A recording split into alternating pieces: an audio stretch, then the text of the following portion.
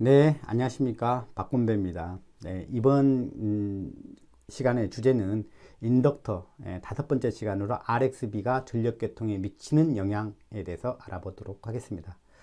여러분은 뭐 이 주제만 들었을 때는 무슨 이야기를 하려고 하는 거지? 라고 약간 감을 잡기 어려운 분들도 좀 있을 것입니다.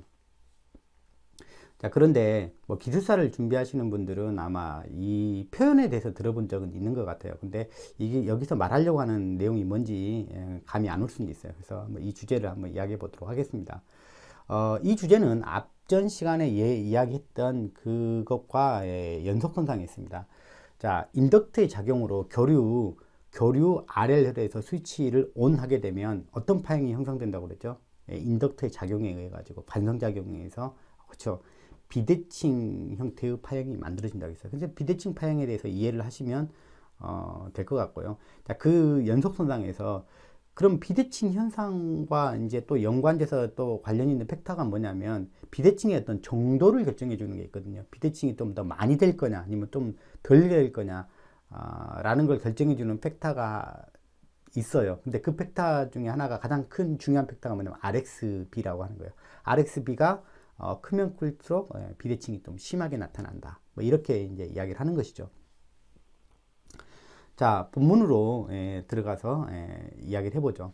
자, 칠판으로 먼저 좀 가볼게요.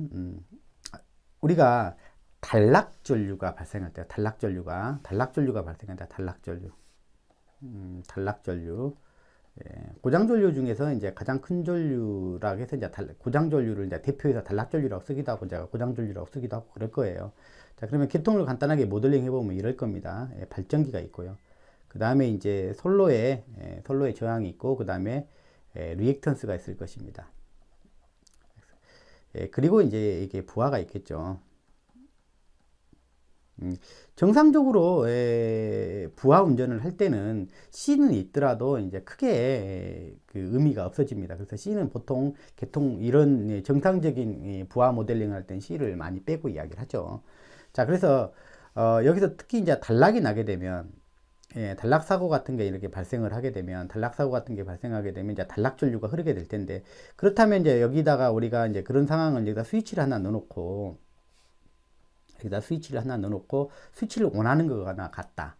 그렇죠. 회로 모델링 차원에서 바라보면 그렇게 생각할 수가 있죠. 그러면 이렇게 되는 거예요. 교류의 RL회를 갖다 스위칭 원하는 거랑 똑같은 상황이 되죠. 이제 어쨌든 근데 지금 뭐냐면 단락이 나는 상황은 어떤 상황이 되냐면 부하는 제거가 되고 부하는 이제 사라지게 되고 이제 이쪽은 이제 의미 없는 회로가 되고 전류는 이 솔로 임피던스, 이건 RX는 우리가 솔로 임피던스, 그러니까 솔로가 가지는 임피던스만 남는 상태죠. 임피던스만 남는 상태에서 이 임피던스, 그러니까 이 IS라고 하는 것은 V의 요 임피던스, 솔로에 있는 임피던스에 의해서만 전류가 흐르게 되죠. 그러니까 이 솔로 임피던스가 작죠. 이건 당연히 솔로 임피던스가 작으니까 이 전류가 크게 흐르는 것이죠. 그래서 우리가 나는 게 이 고장 전류가 매우 큰 전류가 흐르게 되죠. 그런데 이 임피던스 크기는 뭐 그냥 같다고 쳐요. 근데 이 B가 달라졌을 때 어떠냐, 이게 같은 크기, 요 계산을 했을 때 R의 자승, X의 자승, 요 임피던스 크기는 이렇게 될 거지 않습니까? 근데 요 크기는 같은데 요거의 비율이 다를 수가 있죠. 비율이 다를 수 있죠. 그러니까 당연히 이게 크기는 X가 훨씬 커요. 그러니까 이렇게 주면 돼요. RXB에서 R이 분모에 있고요, X를 분자에다 씁니다. 그래서 X가 R에 비해서 몇 배냐 이야기를 하는 거죠. RXB는 R에 비해서 X가 몇 배나 크냐. 모든 계통이 무조건 1보다 크겠죠. 1보다 훨씬 큰데, 대부분 1보다 훨씬 큰데 몇 배나 더 크냐에 따라 그거에 따라서 뭐냐면 이 단락전류의 어떤 성향이 바뀌느냐 라는 것이죠. 크기는 똑같다겠죠. 크기는 여기 계산한 크기는 똑같은데 이 두 개의 B가 달라져. X가 어떤 때는 더 크고 어떤 때는 R이 또 그러니까 그 R이 더 큰 경우는 없어요. 전력계통에서 R이 더 큰 경우는 없는데 상대적으로 작은 경우하고 비교했을 때 어떤 차이가 있는지에 대해서 좀 이야기해 보려고 그래요.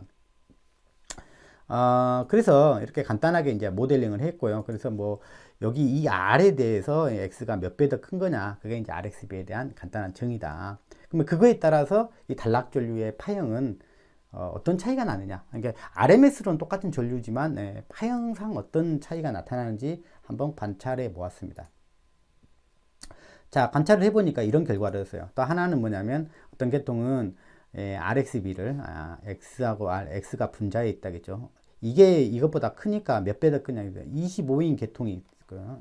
계통과 그 다음에 RXB가 5인 계통을 비교를 해봤어요. 단락전류 파형을 갖다가 이렇게 계산을 해봤어요. 계산을 해봤더니 여러분들은 계산하는 거 이거에 대해서는 그 미분 방정식을 푸는 거지만 여러분들이 물리적으로 충분히 이해할 수 있다겠죠. 지난 시간에 우리 그런 걸 배웠어요. 3당 단락전류도 어떤 파형이 나올지 예측할 수 있다고 그랬죠. 딱 이런 비대칭형 파형을 갖다가 만들어 놓고 보니까 어떤 차이를 느껴져요. 이게 검정색게 뭐냐면 RXB가 25인 파형이고요. 이 빨간색 파형이 RXB가 5인 파형입니다. 크기는 같다는 것은 뭐냐면 피크 투 피크를 비교해보면 아시죠? 피크 투 피크를 비교해보면 어떻게 돼요? 이쪽 한쪽 쏠리는 게 다르니까 피크 투 피크는 같다는 거예요. 그러니까 이 두 개 고장전류는 같은 고장전류. 시로치로 표현할 때는 같은 고장전류예요.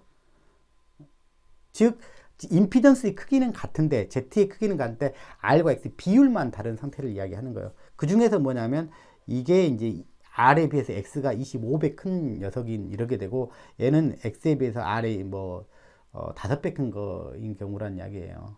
비율로만 봤을 때 그렇다는 얘기예요. 그게 뭐냐면 이렇게 좀 다르게 나타난다. 그렇게 뭐 보니까 어떻게 다르냐 보니까 이게 다르더란 얘기예요. RXB가 크면 클수록 비대칭성이 훨씬 더 강하게 나타난다는 얘기예요. RXB가 크면 클수록 어떻게 된다고요? 비대칭이 훨씬 더 강하게 나타난다. 자, 질문 한번 해볼게요. 자, 이 비대칭의 정도를 결정하는 것은 지난 시간 것까지 포함합니다. 뭐또 여기에 들어가요. 어떤 것도 비대칭의 정도를 결정하는데 뭐또 작용해. 이거는 분명히 RXB도 그런 데 들어간다고 지금 결론을 말씀드렸어요. RXB가 크면 클수록 비대칭이 훨씬 강해진다. 즉 한쪽 쏠림 현상이 훨씬 심해진다는 이야기죠. 한쪽으로 쏠림 현상이 훨씬 이 검정색 파형이 심하니까 뭐냐면 피크가 첫 번째 피크가 더 많이 올라가게 되죠. 더 많이 올라가게 되죠. 자, 이런 거, 이렇게 피크의 정도를 갖다 결정하는 게 뭐냐면 비대칭의 정도라고 봅시다. 비대칭의 정도를 결정하는 게 RXB 말고 또 지난 시간에 것까지 포함한다면 뭐 또 여기 안에 들어가죠. 지금 이제 전류 파형만 그려놨지만 지난 시간에 공부했던 분들 자, 기억을 떠올려 보세요. 왜냐하면 배웠는데 기억이 안 난다라는 것은 여러분들이 정리를 안 하고 넘어오신 거예요. 그죠? 그래서 제일 중요한 것은 배운 것을 정리하고 가야 여러분께 된다는 거 꼭 명심해 두시기 바랍니다. 지난 시간에 뭐 있어요? 고장이 날 때 스위치가 온 될 때 뭐냐면 그 전압, 발전기 전압의 위상이었어요. 어느 위상에서 들어갔느냐. 비대칭이 언제 가장 크게 나타난다고 그랬어요? 가장 인덕터가 관성작용을 언제 가장 강하게 하게 돼요? 전압 위상 어떻게 해요? 발전기 전압, 전원 전압이라 합시다. 전원 전압의 뭐예요? 그 투입 이상, 딱 원이 되는 개폐가 딱 원이 되는 그 순간 투입 이상이죠. 언제가 가장 크게 나타나요? 투입 이상이 거의 0도, 0도 근처. 위상이 0도일 때 가장 작게 날 때는 언제 근처요? 90도 근처겠죠. 90도 근처에서 가장 작게 나타나고 0도 근처에서 가장 강하게 나타나죠. 지난 시간 거에 돌려보면 그거에 대해서 알 수가 있었을 겁니다. 그래서 이 비대칭의 정도 얼마나 더 쏠리게 올라갈 거냐. 쏠림의 정도는 뭐냐면 위상각 전원의 그 투입 위상 투입되는 그 위상이 결정적인 요인이 되고 이게 같다더라도 똑같은 영도에서 똑같이 지금은 영도에서 같이 본 거거든요. 똑같은 영도에서 쳐다본 거거든요. 똑같이 영도에서 투입을 시켜본 거거든요. 그랬더니 RXB가 큰 게 그래도 더 올라가더라 이야기야. 더 올라가더라. 똑같은 위상 영도에서 투입해봤는데 더 올라가더라. RXB가 큰 게 더 올라가더라. 그러니까 그거를 이제 이해하시면 돼요. 이거는 이제 지난 시간에 이야기했던 거고요. 이거는 이번 시간에 이제 지금 설명할 건데 그러면 이유가 뭐냐? 왜 더 올라가냐? RXB가 큰 게. 이유가 뭐겠습니까? 여러분들이 얼마든지 알 수 있어요. 이제 여러분들은 저하고 이제 이런 말 하면 안 돼요. 뭘 물어보면 좀 계산 좀 해봐야 알겠다. 그러면은 여러분은 여전히 초보라는 거예요. 여러분들이 전문가로서 가고 있다는 사실은 뭐냐면 말을 통해서 뭐냐면 감을 잡고 어떤 물리적인 성향을 보면서 뭐냐면 그것들을 이해하면서 어느 정도 방향을 잡아가는 거거든요. 그래서 충분히 이것만 보고도 성향을 금방 찾아낼 수 있어야 돼요. 왜 이런 일이 벌어지냐. 예, 미분방정식 한번 풀어보고요. 아, 그러니까 이게 결과가 이렇게, 그게 아는 게 아니란 이야기죠. 그래서 우리가 학교 다닐 때나 기사 공부하거나 뭐냐 기술사 공부할 때 잘못했다는 게 뭐가 잘못된 거냐면 뭐가 뭔지도 모르고 계산만 하고 있어. 근데 그때 당시에는 그 계산도 어려웠기 때문에 계산 잘하는 것만 해도 기특해, 내 자신이. 무슨 이야기인지 아시겠죠? 그러고 나서 나중에 끝나고 나니까 그 오매 법칙밖에 안 남았어. 나중에 뭘 열심히 뭐 계산도 한 것 같긴 한데 미분도 풀고 적분도 하고 엄청 뭔가 열심히 한 것 같은데 나중에 이제 써먹으려고 생각하니까 오매 법칙밖에 하나밖에 생각이 안 나. 좀 더 생각나면 키로에프 법칙. 그게 우리 현실이에요. 그래서 제가 우리가 계산은 뭐 하긴 하더라도 우리가 뭔가 먼저 접근해야 될 게 있다. 그 이야기를 먼저 하는 거예요. 이게 여기서도 보면 딱 드러나는 거죠. 자, 보세요. 뭐 때문에 그렇겠어요? 여기 차이가 났겠어요. RxB가 크면 클수록 더 위로 올라갔겠어요. 얘가 관성 때문에 만들어낸 성분이죠. LA 작용 때문에, 관성 때문에 이게 만들어냈죠. 이 성분을 만들어낸 거죠. 이 성분이 어떻게 사라질 거냐. 어떻게 사라지는데도 관점이 있다겠죠. 얘가 만들어지면 L에 의해서 뭐냐 관성작용에서 이 전류가 순간적으로 만들어낸다 그랬죠. 이걸 방어하기 위해서 만들어낸다고 했죠. 지난 시간 보세요. 만들어냈어. 만들어냈는데 얘는 결국 더 이상 얘를 유지할 수 있는 에너지원이 없기 때문에 0으로 갈 거예요. 여기는 만들어졌지만 당연히 이 목표는 이 0으로 가는 걸 거예요. 이렇게 0으로 가는 거예요. 0으로 가는 게 목표예요. 근데 목표점은 명확한데 어떤 방법으로, 이게 어떤 스타일로 사라져 갈 거냐라는 것을 우리가 이해해야 돼요. 자, 어떤 스타일로 사라져 갈 거냐는 것은 누가 결정해 주냐면, 시정수가 결정해 줘요. 시정수. 시정수는 뭐예요? 결국, 이 RL 회로니까 뭐가 돼요? 시정수니까 R분의 L이 되죠. R분의 L이, 이게 우리가 시정수를 타우라고 그러죠. 단위는 세컨드예요. 그러니까, L이 크면 클수록, 즉 시정수가 큰 거죠. L이 크면 클수록 뭐예요? 변화하는데 시간이 오래 걸린다는 얘기예요. 여기서 0으로 가는데 얘가 이 암페아를 만들어냈잖아요. 관성 때문에. 그럼 0으로 가는데 걸리는 시간이 오래 걸린다는 이야기예요. 시정수가 크면 클수록, 즉 L의 작용이 크기 때문에 L이 크다는 이야기잖아요. L이 크면 클수록 시정수가 크다는 것은 L의 성향이 크다는 이야기죠. R보다 L의 성향이 우월했을 때 더 느려진다는 이야기예요. 느리게 끝나는 이야기예요. 그러니까 R분의 X라는 말은 무슨 이야기예요? R분의 X는 뭐예요? 이걸 좀 더 풀었으면 뭐예요? R분의 오메가 L이잖아. 무슨 얘기인지 아시겠죠? 그 뭐예요? 이거 산수도 아니고 뭣도 수학도 아니고 뭣도 아닌데 이게 뭐예요? 타우예요, 타우. 즉 뭐냐면 이 자체의 의미가 뭐냐면 R분의 X라는 그 자체가 뭐냐면 시정수 의미예요. 시정수. 이코르 시정수가 아니라 그냥 오메가는 상수 곱한 거니까 그냥 그 의미 자체는 뭐예요? 시정수를 의미하는 거잖아요. 즉 RSB가 크면 클수록 뭐예요? 나타났던 요 성분은 이 과도 성분은 우리가 직류 성분이라 불렀던 요놈은 뭐냐면 느리게 사라진단 말이에요. 느리게. 크면 클수록 더 느리게 사라진다. 느리게 사라지기 때문에 지난 시간에 말씀드렸지만 요놈하고 이게 이런 놈하고 둘이 이게 섞어져서 나온다고 했잖아요. 이렇게 섞어져서 요 파형 이 대칭 성분하고 요 정상 파형 성분하고 요 놈이 정상 상태 파형하고 요 놈하고 요 놈 파형이 이 두 개 파형이 합쳐져서 이런 파형을 밀어 올린다고 했잖아요. 그럴 때 보세요. 이게 이 파형을 합쳐질 때 얘가 이 순간이요, 피크인 순간에 뭐냐면 여기 피크에 도달하는 순간에 뭐 여기는 피크랑 맞지는 않겠죠. 요 순간에 만나는 순간에 뭐냐면 요만큼이 더해지는 거하고 이게 느리게 사라지다 보니까 이만큼이 남아 있죠. 얘는 빨리 사라지다 보니까 이만큼밖에 안 남아 있죠. 그러니까 합성될 때 피크 때 뭐냐면 여기 차이만큼 더 올려버리는 거죠. 느리게 사라지다 보니까 요 정상 상태의 요 값하고 합쳐질 때 이 값이 요가 합쳐질 때 얘는 이만큼 살아있고 얘는 이만큼밖에 안 살아있잖아요. 왜냐?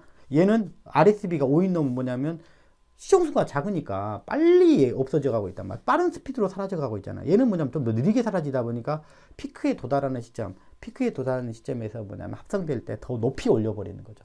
무슨 얘기인지 아시겠어요? 자, 그러면 비대칭이 강하면 뭐가 문제가 됩니까? 그냥 요게 좀 더 높이 올라갔네. 그쵸? 우리가 뭘 떠올려야 돼요? 이 피크 생각하면 뭘 떠올려야 돼요? 우리 전자기학 시간에 배웠죠? 기본기 전자기학 시간에 배웠죠? 기계력에 대해서 배웠죠? 기계력. 기계력에 대해서 배웠죠. 기계력에 대해서 배우셨다면 아실 거예요. 요 피크가 올라가면 올라갈수록 뭐가 커진다고요? 기계력. 기계력은 자기력이 기본이 되는 건데 F는 크기는 전류의 자승에 비례한다 했다. 근데 이 전류는 어떤 전류라고 그랬어요?